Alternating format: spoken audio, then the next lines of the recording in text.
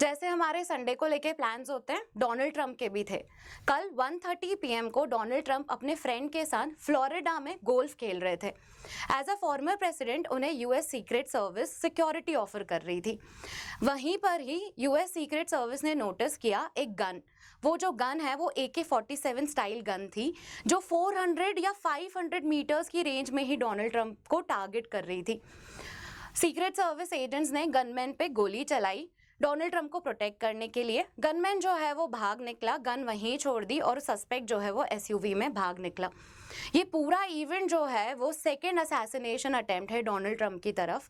ये जो इवेंट है वो इसीलिए भी इम्पॉर्टेंट हो जाता है बिकॉज यूएस में प्रेसिडेंशियल इलेक्शंस होने वाले हैं और डोनाल्ड ट्रंप जो है वो एक प्रेसिडेंशियल कैंडिडेट हैं। आज हम इस वीडियो में जानेंगे कि जिस सस्पेक्ट को अरेस्ट किया गया है इस असैसिनेशन अटेम्प्ट में वो कौन है।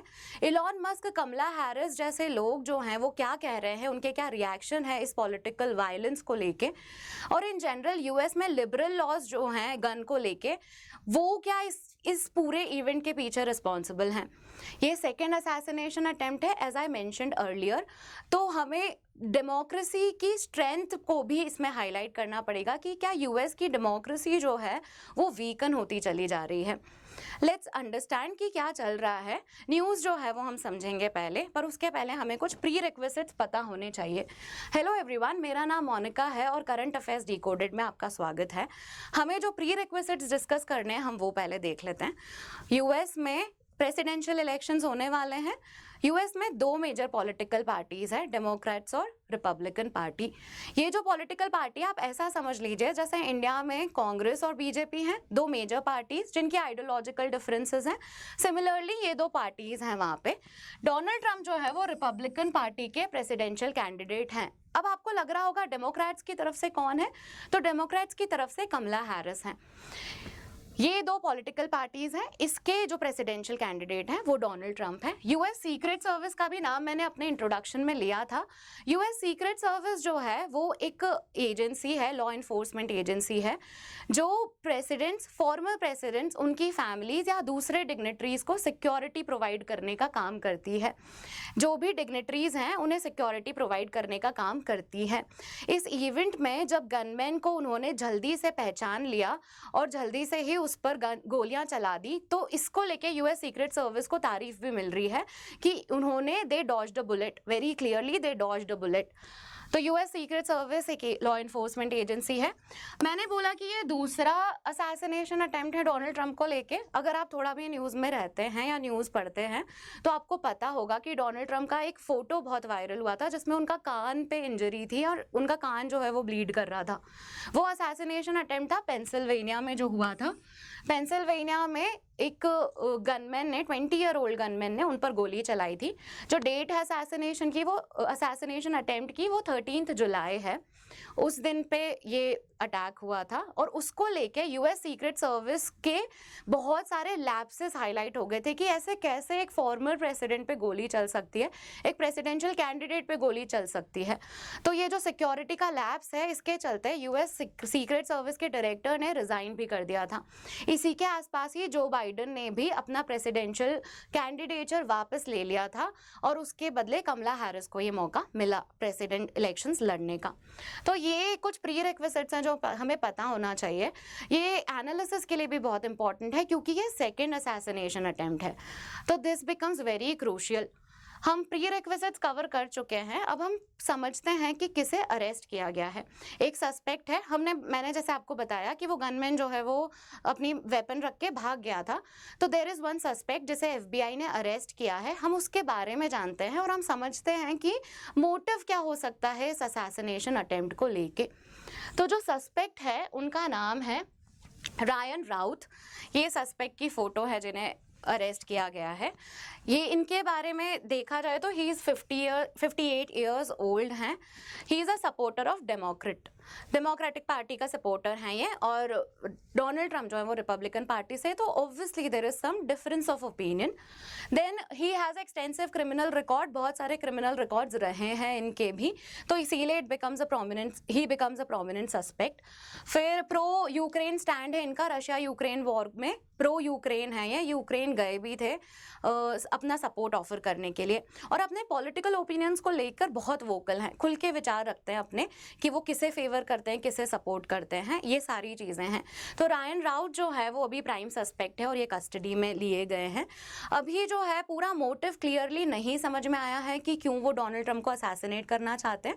डिफरेंस ऑफ ओपिनियन और difference of political ideology could be one of the reason, पर एग्जैक्टली अभी भी कुछ भी क्लियरली नहीं समझ में आया, कुछ भी निकल के बाहर नहीं आया है।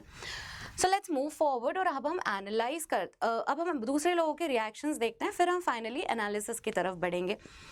तो रिएक्शन में सबसे प्रोमिनेंट रिएक्शन जो है, ऑब्वियसली आप व्हाइट हाउस से एक्सपेक्ट करोगे कि जब इस तरह की चीज़ें होती हैं तो जो लोग पावर में हैं वो किस तरह से रिएक्ट करते हैं। तो जो बाइडन ने इसे बहुत ज़्यादा कंडेम किया है। ही इज़ हैप्पी कि डोनाल्ड ट्रंप अनहार्म्ड हैं और उन्हें कुछ भी नहीं हुआ, पर ही कंडेम्ड दिस असैसिनेशन अटेम्प्ट और ही सेड कि पॉलिटिकल वायलेंस को लेके यूएस में कोई जगह नहीं है।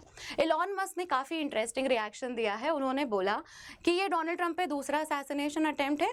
Why is no one assassinating Kamala Harris or why is no one attempting to assassinate Biden और Kamala Harris? So ये इस तरह के रिएक्शन जो है वो इलॉन मस्क की तरफ से आए हैं और इसके कारण वो काफ़ी ज़्यादा ट्रेंड भी कर रहे हैं मौके अभी। Let's move forward. अब हम जो है वो कोर एनालिसिस की बात कर लेते हैं कि व्हाट डज इट शोज। तो सबसे पहले तो ये फ्रीक्वेंट असैसिनेशन अटेम्प्ट्स या फिर जो लोन वुल्फ अटैक होते हैं यूएस में, या फिर स्कूल में लोग जो है वो गन लेके चले जाते हैं और इनोसेंट बच्चों को मारते हैं।